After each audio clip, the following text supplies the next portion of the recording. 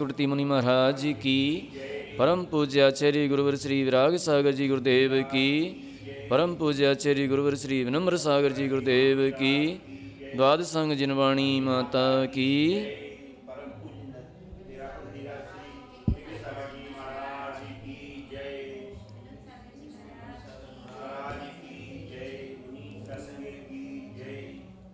गौमठ सार कर्म कांड के अंतर्गत प्रारंभ हो चुका है उदय प्रकरण। अभी तक बंद प्रकरण चल रहा था, अब उदय प्रकरण चालू हो रहा है। तो उसमें अपन जो देखते हैं, कल गाथा पढ़ी थी अपन ने, एक मैंने प्रारंभ किया था। आज अपन देखते हैं गाथा नंबर कितना है, 261 नंबर। 261 नंबर गाथा कल पढ़ी थी। आज अपन पढ़ेंगे 262 नंबर गाथा पढ़ेंगे। आइए देखते हैं 262 नंबर गाथा।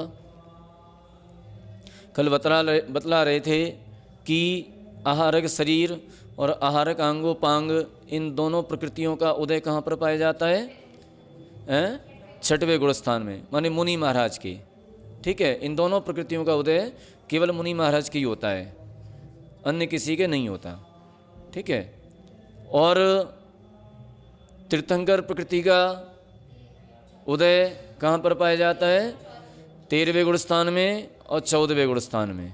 ठीक है, यहाँ पर ये तीर्थंकर प्रकृति स्वमुख अपना फल देती है, इनका उदय होता है। और इसके बाद चार आन पूर्वी इनका उदय कौन कौन से गुणस्थानों में पाया जाता है? 1, 2, 4, है ना, क्योंकि इनका उदय विग्रह गति में होता है। और विग्रह गति कहाँ होती है अनूप जी? विग्रह गति कहाँ होती है पता है? कब होती है? पहले गुणस्थान में। पहले गुणस्थान ठीक है, लेकिन होती कब है जी, ये मालूम है?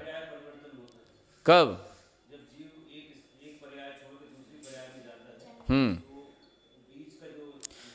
अभी एक शरीर को छोड़ चुका है, माने एक पर्याय को छोड़ चुका है और दूसरे शरीर में अभी पहुंचा नहीं है।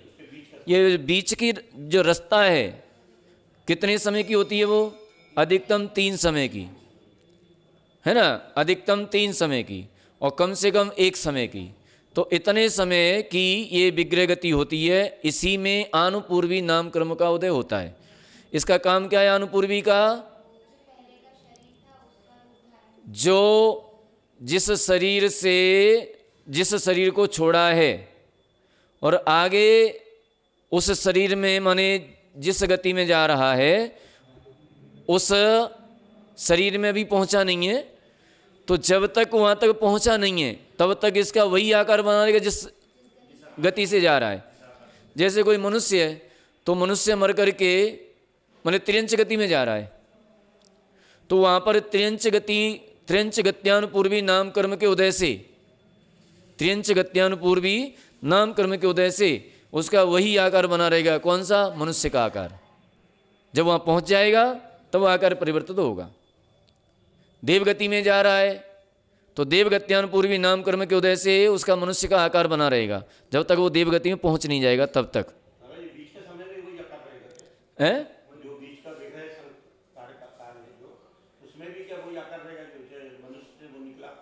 वही तो आकार रहेगा। जैसे कोई मनुष्य मरा है और मनुष्य मर करके देवगति में जा रहा है, तो जब तक वहां पहुंचा नहीं है तब तक उसका मनुष्य का ही आकार रहेगा, और जैसे ही वहां प्रवेश करेगा वो आकार परिवर्तित हो जाएगा। फिर आनुपूर्वी का काम खत्म, अब नहीं है आनुपूर्वी का काम, बस इतना ही काम है उसका। अब कर्म है एक, हमारा जैन दर्शन जो एक एक समय की बात को बतलाता है। ठीक है, यहां पर कोई लाग लपेट नहीं है कि वो उनने उनसे कही ऐसा हुआ वैसा हुआ, यहां कुछ नहीं है। यहां तो सीधा सीधा सिस्टम है, कर्म का सिस्टम है। ठीक है, एक एक समय की बात बतला रहा है यहां पर। तो विग्रह गति में 3 गुणस्थान होते हैं, 1, 2 और 4। हाँ, अब नरक गत्यानुपूर्वी, जो नरक गत्यानुपूर्वी है, तो नरक गत्यानुपूर्वी में दूसरा गुणस्थान नहीं होता। ये बात ध्यान रखना, नोट करके रखना। नरक गत्यानुपूर्वी में दूसरा गुणस्थान नहीं होता, या दूसरे गुणस्थान के उदय में, या दूसरे गुणस्थान में नरक गत्यानुपूर्वी नामकर्म का उदय नहीं होता, क्योंकि दूसरे गुणस्थान वाला जीव, लिख लो पॉइंट, नोट कर लो, ये सासाधन गुणस्थान में नरक गत्यानुपूर्वी नामकर्म का उदय नहीं होता, क्योंकि दूसरे गुणस्थान वाला नरक जाता नहीं है। चौथे गुणस्थान में चारों गत्यानुपूर्वी का उदय हो सकता है। ठीक है,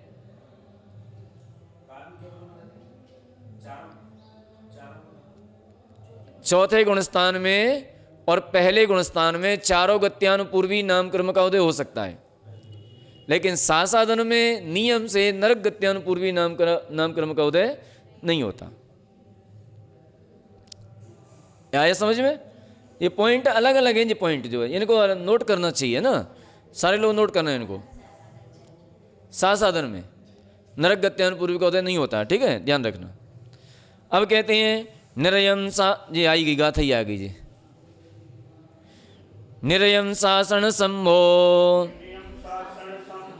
निरयम सासण संभो न गच्छदित्यन तस् निरयाणु मिच्छादिषु शेषदो, मिच्छादिषु शेषुदो सग सग चरमोत्तीर्णादवो। अब यहाँ पर कहते हैं कि सासाधन सम्यक दृष्टि जीव मरण कर नरक गति में नहीं जाता है, इसी कारण उसके सासाधन गुणस्थान में नरक गत्यानुपूर्वी का उदय नहीं है, तथा शेष प्रकृतियों का उदय मिथ्या दृष्टि गुणस्थानों में अपने अपने उदय स्थान के अंत समय पर्यंत पाया जाता है। यहाँ उदय प्रकरण में व्युत्पत्ति, उदय और अनुदय, ऐसे तीन प्रकरण चलेंगे। क्या क्या चलेंगे? उदय, अनुदय और व्युत्पत्ति, उदय व्युत्पत्ति। ठीक है, तो तीन प्रकरण के माध्यम से अपन यहाँ पर चर्चा करेंगे।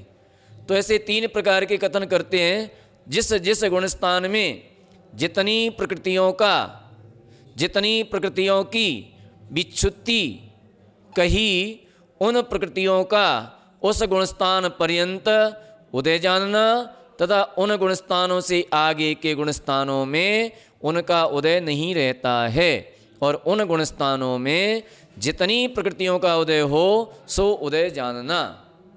जैसे कि मान लीजिए पहला गुणस्थान है, तो पहले गुणस्थान में कितनी प्रकृतियों का उदय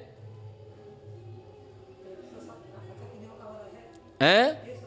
117 प्रकृतियों का उदय पाया जाता है ना। और अनुदय कितना है? 5 का। कौन कौन सी? तीर्थंकर, आहारक द्विक और सम्यक्त्व और सम्यक मिथ्यात्व प्रकृति, इनका अनुदय है, विच्छुत्ति नहीं, विच्छुत्ति नहीं कहेंगे अभी, अनुदय। अनुदय का मतलब है कि उदय में नहीं है इनका, सत्ता में तो है, सत्ता में हो भी सकती है, नहीं भी हो सकती है। ठीक है, क्योंकि अनादि मिथ्या दृष्टि जिसने अभी तक एक भी बार सम्यक दर्शन प्राप्त नहीं किया है, अनादि मिथ्या दृष्टि, उसके 5 प्रकृतियों का सत्व भी नहीं पाया जाता। कौन सी? आहारक द्विक, तीर्थंकर और सम्यक्त्व और सम्यक मिथ्यात्व, इनका सत्व भी नहीं पाया जाता है। ठीक है, लेकिन जो सादी मिथ्या दृष्टि है, उनके इन प्रकृतियों का सत्व पाया भी जा सकता है और नहीं भी पाया जा सकता है, दोनों बातें। तीर्थंकर प्रकृति का सत्व कहाँ पाया जाएगा? मिथ्या दृष्टि को, मिथ्या दृष्टि को।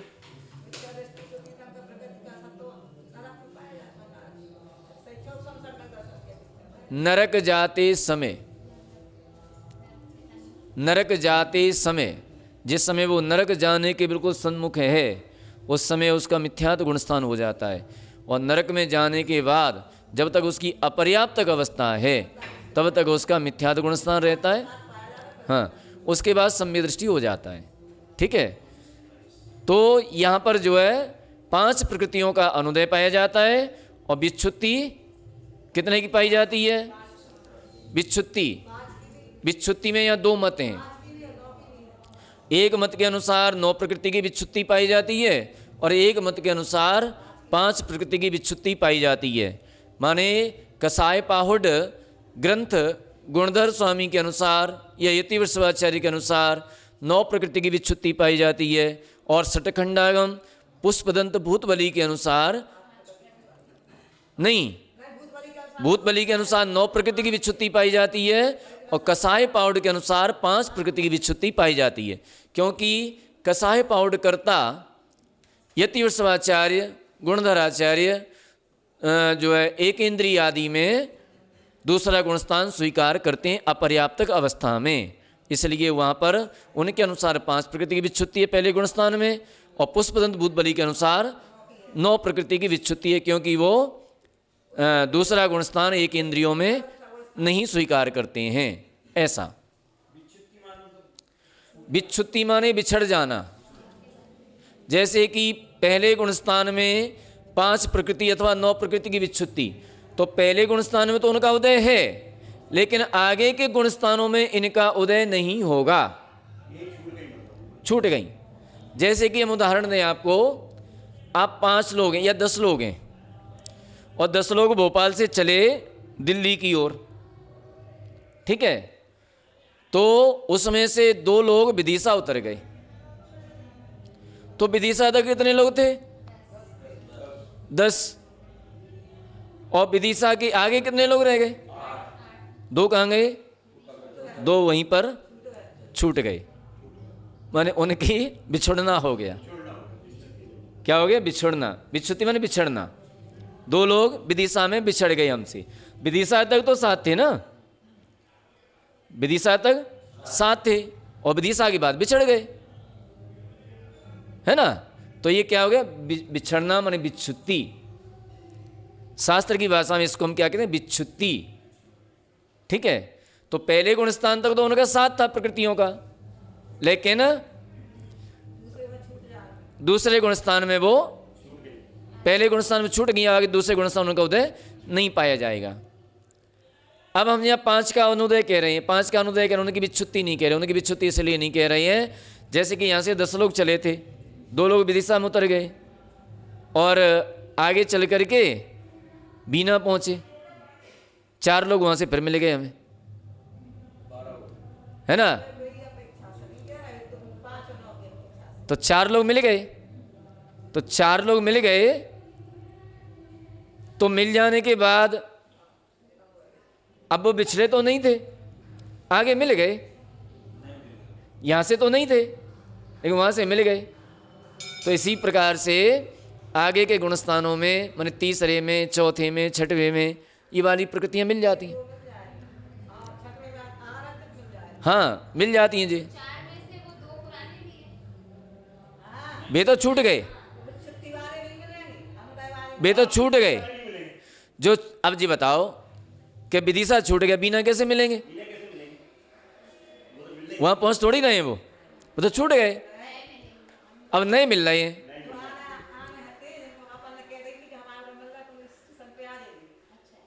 है ना। नहीं मिल गए हमें, पुराने तो छूट गए, वे तो गए।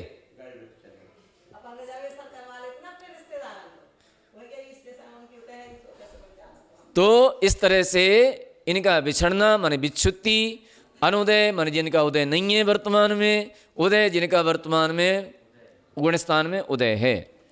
नीचे के गुणस्थान में जितनी प्रकृतियों का उदय कहा हो, उनमें से उसी गुणस्थान में जितनी विच्छुत्ति कही हो, उनको घटाने पर उस गुणस्थान के ऊपरवर्ती गुणस्थान में उदय प्रकृति का प्रमाण जानना।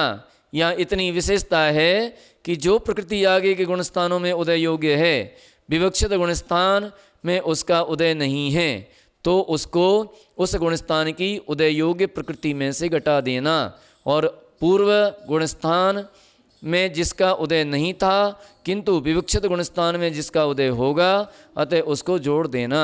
यही उदय संबंधी व्यवस्था का क्रम है।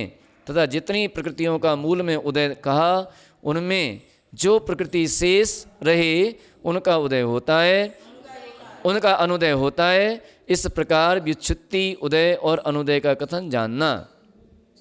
अब कहते हैं आगे, दस चौरिग सत्तरसम, दस चौरिग सत्तरसम, अठ्ठयत पंच चेव चौरोया,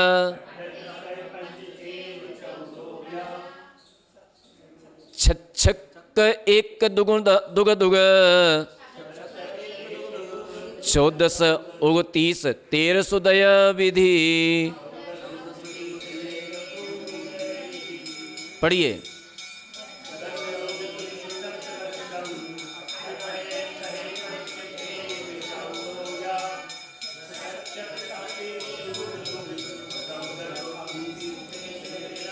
अब यहां पर कहते हैं कि अभेद विवक्षा से, अभेद विवक्षा से मिथ्या दृष्टि गुणस्थान में, मिथ्या दृष्टि आदि गुणस्थानों में क्रम से उदय विच्छुत्ति, उदय विच्छुत्ति किस प्रकार से कही है इन्होंने? 10 4 1 17 8 5 4 6 6 1 2 2 14 29 और 13 प्रकृति की जानना। देखो अपन से एक मिस्टेक हुई थी अभी, पहले गुणस्थान में 9 प्रकृतियां बोला, 9 नहीं है या 10 हैं। हाँ 10 की विच्छुत्ति कराई है इन्होंने, अभी आगे आएगा, नाम बता देंगे उनके, है ना। अब यहाँ पर कहते हैं कि कर्म की 148 प्रकृतियों में से अभेद विवक्षा से उदय योग्य 122 प्रकृतियां हैं। उदय विच्छुत्ति गुणस्थानों के क्रम से होती गई है। जैसे मिथ्या दृष्टि गुणस्थान में 10 प्रकृतियों का, 10 प्रकृतियों की विच्छुत्ति हो जाती है। ठीक है, मिथ्या दृष्टि गुणस्थान में कितनी है? 10 प्रकृतियों की विच्छुत्ति हो जाती है। हाँ, उदय विच्छुत्ति 10 प्रकृतियों की उदय विच्छुत्ति हो जाती है। और सासाधन गुणस्थान में उदय से विच्छिन्न प्रकृति 4 हैं। सासाधन में कितनी है? 4। कौन सी हैं ये पता है?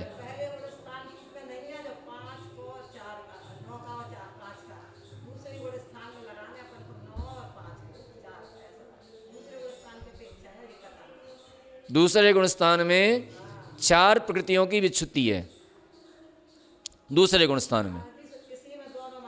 हाँ, और 4 और 5 तो 9। हाँ, तो दूसरे गुणस्थान में 9 प्रकृतियां हैं। एक आचार्य के मत से, यानी कसाय पावड़ के मत से 9 प्रकृतियां हैं, और पुष्पदंत भूतबली षटखंडागम के मत से 4 प्रकृतियों की विच्छुत्ति होती है। हाँ, ठीक है। तो इस तरह से यहाँ पर विच्छुत्ति कही है। अब कहते हैं विच्छुन्नी 4। इस मत में एक इंद्रिय, देखो इस मत में माने पुष्पदंत और भूतबली के मत में एक इंद्रिय, स्थावर, द्विइंद्रिय, त्रिइंद्रिय और चतुरिंद्रिय नाम कर्म की इन प्रकृतियों की उदय विच्छुत्ति मिथ्याद गुणस्थान में ही होती है।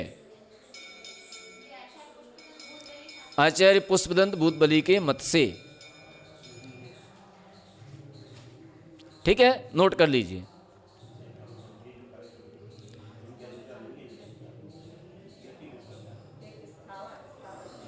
किंतु यति वृषभाचार्य के मतानुसार इनका उदय सासाधन गुणस्थान में भी कहा है। पुष्पदंत भूतबली के अनुसार तो पहले गुणस्थान में ये 5 प्रकृति विच्छुत्ति हो जाती है स्थावर आदि की, और पुष्पदंत भूतबली के अनुसार, उनके यति वृषभाचार्य के अनुसार दूसरे गुणस्थान में इन प्रकृतियों की विच्छुत्ति होती है। इनका रेफरेंस जानना है देखिए धवलाजी पुस्तक नंबर 1 सूत्र नंबर 36 पृष्ठ संख्या 261, धवला पुस्तक 3 सूत्र नंबर 74 और 76। दूसरा रेफरेंस जय धवला पुस्तक नंबर 2 पृष्ठ संख्या 108 व 122, धवला पुस्तक 4 पृष्ठ संख्या 165। इस तरह से ये जो है रेफरेंस जानना चाहिए। अब कहते हैं कि देश संयत गुणस्थान में कितनी विच्छुत्ति है? 17 प्रकृति की। नहीं, मिश्र गुणस्थान में एक, मिश्र गुणस्थान में एक। कौन सी? सम्यक मिथ्यात्व की। और असंयत गुणस्थान में 17 प्रकृति की विच्छुत्ति है। ठीक है, असंयत गुणस्थान में कितनी है? 17। वे कौन कौन सी हैं 17 प्रकृतियां? आगे बताते हैं। हाँ, 17 प्रकृतियां कौन सी हैं? तो 17 प्रकृतियां अप्रत्याख्याना वर्ण 4, 4 आनुपूर्वी कितनी हो गई? 8।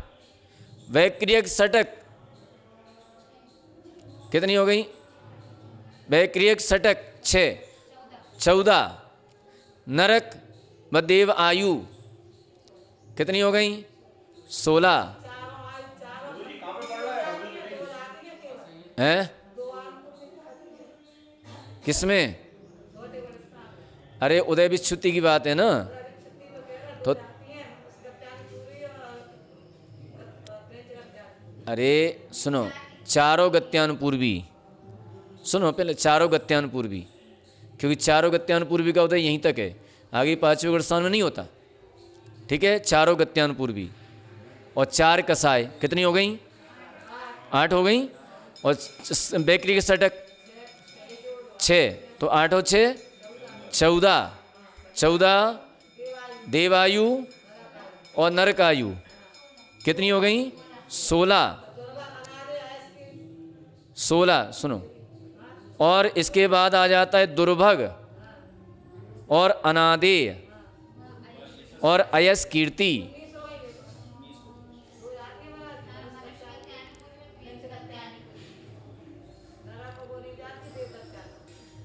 नरक व देवायु, मनुष्य गत्यानुपूर्वी, त्रिंच गत्यानुपूर्वी, दुर्भग, अनादेय व अयस कीर्ति। तो ऊपर से देखो, फिर से देख लो। अप्रत्याख्यान वर्ण की 4 कसाय, वैक्रिक षटक कितनी होगी जी? 4 6 10। ठीक है, नरक व देवायु 12, मनुष्य गत्यानुपूर्वी और त्रिंच गत्यानुपूर्वी, दुर्भग, अनादेय व अयस कीर्ति 17 हो गई। तो 17 प्रकृतियां। अच्छा, मनुष्य गत्यानुपूर्वी और त्रियंच गत्यानुपूर्वी,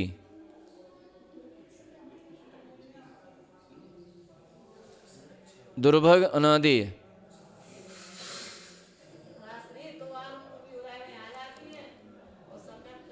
नहीं उदय में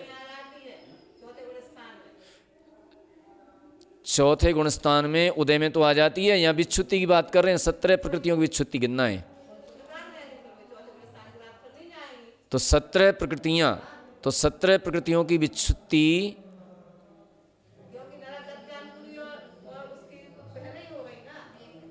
किसकी?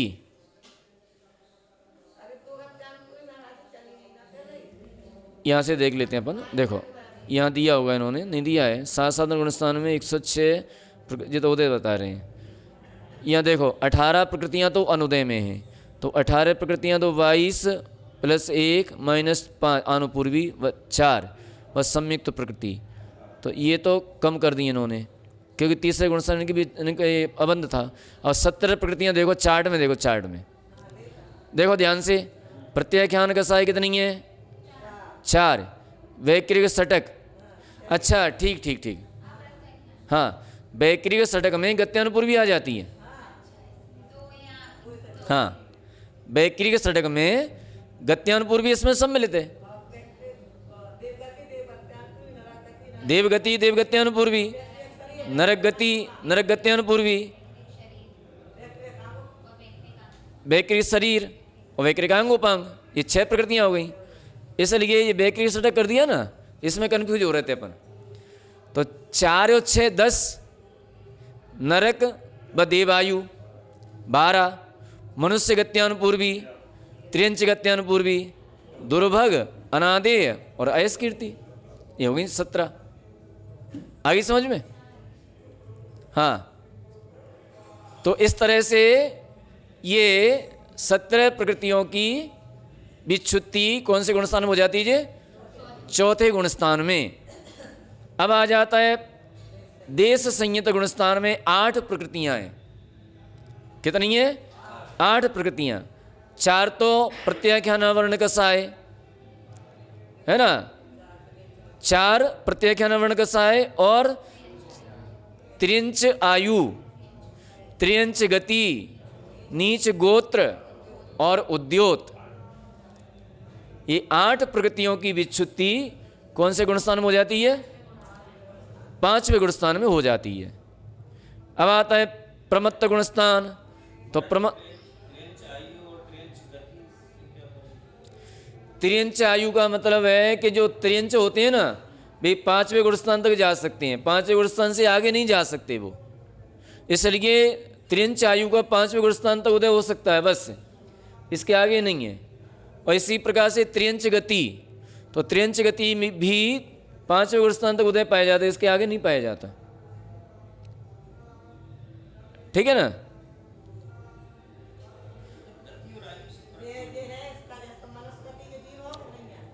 गति किसे कहते हैं? गति और आयु दोनों अलग अलग हैं। गति नाम कर्म का भेद है और आयु स्वतंत्र प्रकृति है, वो स्वतंत्र है अपनी। आयु क्या करती है? आयु उस शरीर में रोके रखती है, और गति क्या करती है? ले जाती है, उसमें ले जाती है ना। आयु उस शरीर में रोके रखती है, दोनों का अलग अलग काम है। तो इस तरह से देवायु व क्या नाम है, त्रियंच आयु और त्रियंच गति। ठीक है, अब आ जाते हैं अपन प्रमत्त संयत। प्रमत्त संयत में 5 प्रकृतियां विच्छुत्ति होती है। 5 प्रकृतियां कौन कौन सी हैं? 5 प्रकृतियां आहारक द्विक, स्त्यान गृद्धि, निद्रा निद्रा, प्रचला प्रचला। 3 महानिद्राएं, यूं समझो 3 महानिद्राएं और आहारक द्विक, इनका उदय 6वें गुणस्थान के बाद नहीं पाया जाता। अप्रमत्त में 4 प्रकृतियां विच्छुत्ति है। सम्यक्त प्रकृति, अर्ध नाराच, कीलक व असंप्राप्तास्त्र पाटिका सहनन। अगर ये 3 सहनन वाले लोग हैं, कौन कौन से? अर्धनाराज, कीलक और स्त्रपाटिका, ये 3 सहनन वाले लोग हैं, ये 7वें गुणस्थान से आगे नहीं जा सकते हैं। हाँ, अंतहीन सहनन वाले ये 7वें गुणस्थान से आगे नहीं जाएंगे। सम्यक तो प्रकृति का उदय भी 7वें गुणस्थान से आगे नहीं होता है। ठीक है, तो ये 4 प्रकृतियां 7वें गुणस्थान विच्छुत्ति हो जाती है, उदय विच्छुत्ति हो जाती है। अपूर्व कर्ण 6 प्रकृतियां, हास्य 8वें गुणस्थान के बाद 9वें गुणस्थान में मुनि महाराज को हंसी नहीं आती। अभी तो उदय है, अभी आ सकती है, आती है। 9वें गुणस्थान में हंसी नहीं आती। ठीक है, अब हंसी का मतलब ये नहीं कि मुंह लटका के बैठते हैं। प्रसन्नता तो रहती है, चेहरे पे मुस्कुराहट तो रहती है। भगवान का चेहरा कैसा है? कैसा रहता है?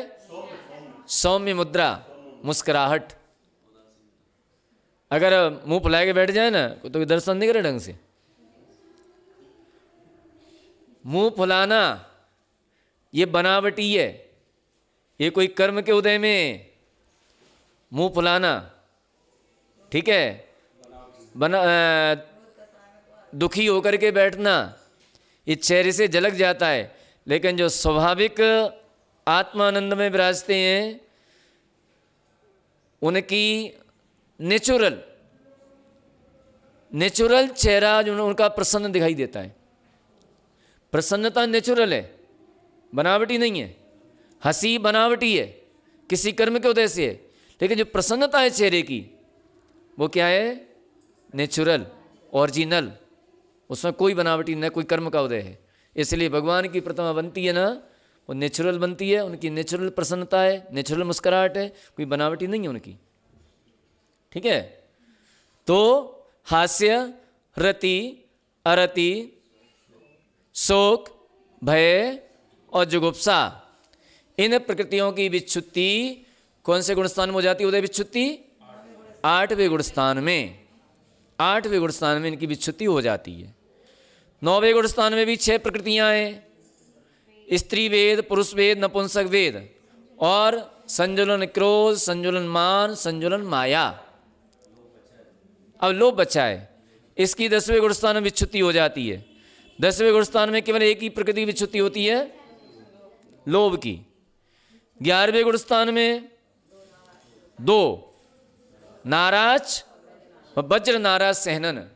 देखो, नाराज सहनन वाले और वज्र नाराज सहनन वाले उपसम श्रेणी तो मान सकते हैं,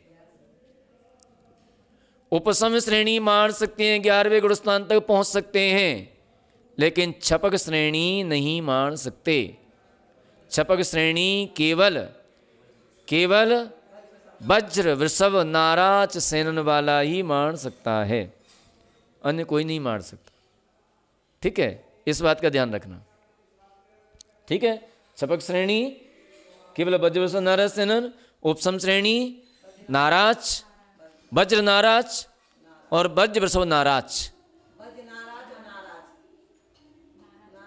सुनो, पहले सुनो, नाराज, वज्र नाराज और वज्र वृषभ नाराज, ये तीनों सेनन वाले उपसम श्रेणी मान सकते हैं, लेकिन छपक श्रेणी सिर्फ वज्र वृषभ नाराज सेनन वाला ही मान सकता है। आगे समझ में? हाँ, उपसम श्रेणी नाराज, वज्र नाराज और वज्र वृषभ नाराज, ये तीनों सेनन वाले मान सकते हैं। हाँ, और छपक श्रेणी सिर्फ वज्र वृषभ नाराज सेनन वाला ही मान सकता है, अन्य दूसरा नहीं। ठीक है, इसलिए 2 सेनन की विच्छुत्ति यहाँ पर हो जाती है। क्षीणमोह गुणस्थान में 16 प्रकृतियाँ उदय से विच्छिन्न हो जाती हैं। ज्ञानावरणी 5, दर्शनावरणी 4, अंतराय 5, निद्रा और प्रचला, इन प्रकृतियों की विच्छुत्ति हो जाती है, उदय विच्छुत्ति।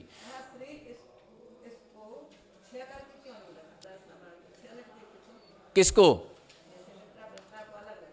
हाँ, है दर्शनावरणी की, लेकिन जो महानिद्रा थी वो पहले ही विच्छिन्न हो चुकी हैं।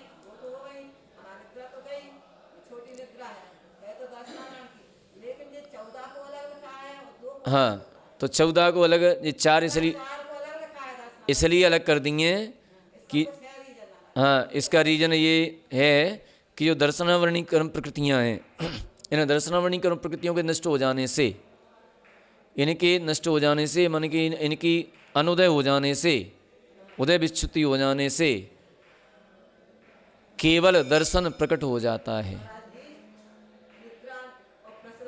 हाँ हाँ,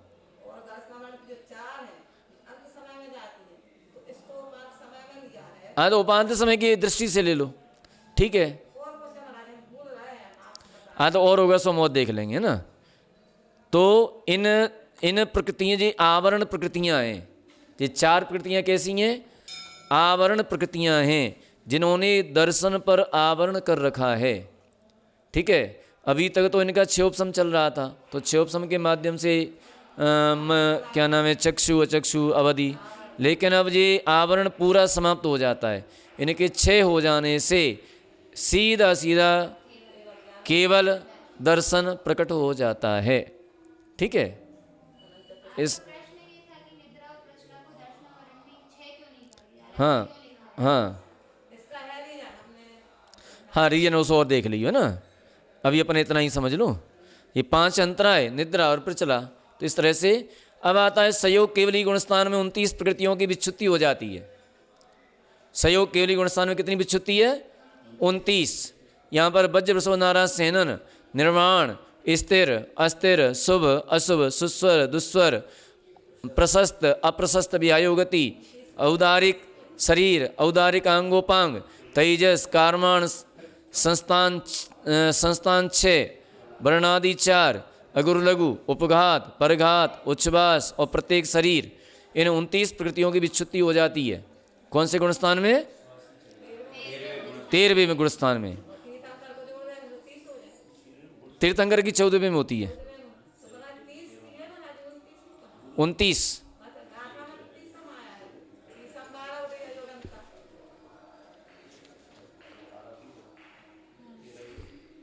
हाँ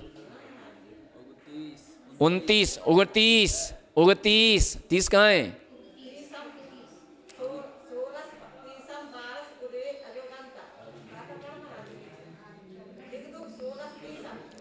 10 सुनो, 10 चौरिगी, 10 चौरिगी गाथा पढ़ रहे, 63 नंबर गाथा, 10 चौरिगी 263 नंबर गाथा देखो, पहले क्रम तो देखो। 29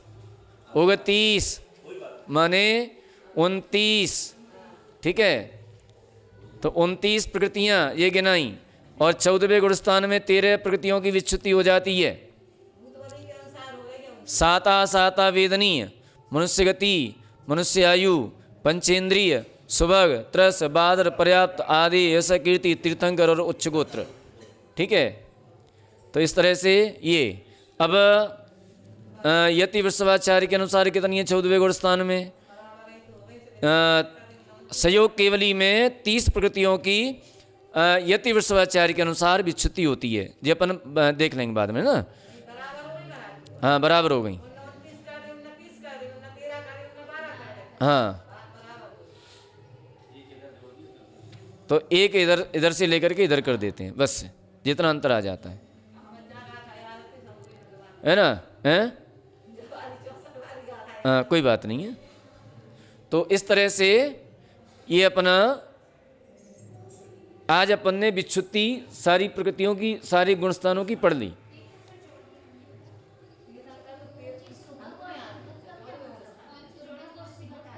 क्या?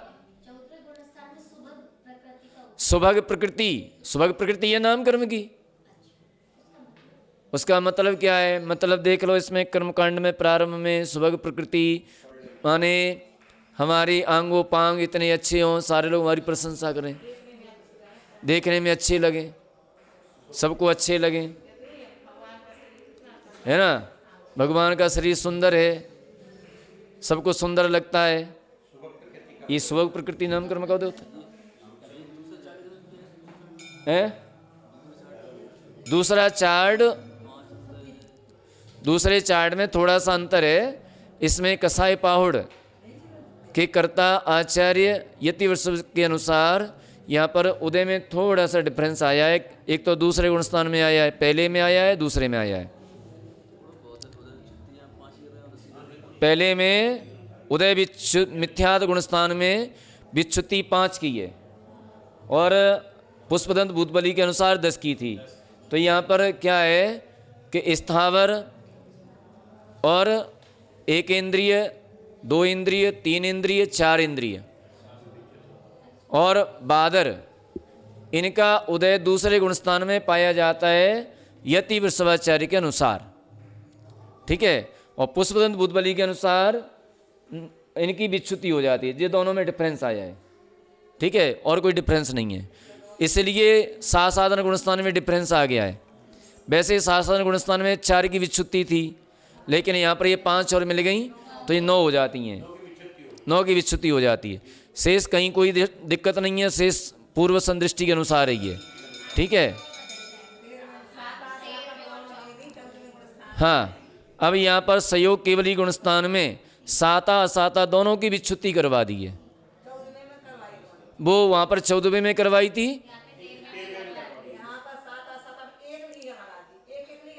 हाँ, यहाँ साता असाता इन दोनों ही प्रकृतियों का उदय नाना जीवों की अपेक्षा 14वें गुणस्थान तक माना है, किंतु यहाँ दोनों में से एक का ही उदय माना है। इसलिए या तो साता का उदय या असाता का उदय, दोनों में से एक का माना है। ठीक है। और पुष्पदंत भूतबली के अनुसार दोनों का उदय वहाँ पर माना है, इसलिए वहाँ 29 रह गई, यहाँ पर 30 हो गई हैं। एक साता असाता में से कोई एक बढ़ जाती है, इसलिए। ठीक है। तो इस तरह से इतना सा डिफरेंस है, बाकी कोई डिफरेंस नहीं है दोनों चार्टों में, शेष सब वैसे ही चलेगा। तो इस तरह से ये दोनों अपन ने 64 नंबर गाथा पढ़ी नहीं, पढ़ लें इसको, कल पढ़ लेंगे, आज समय अपना। हाँ, बोले महावीर भगवान की।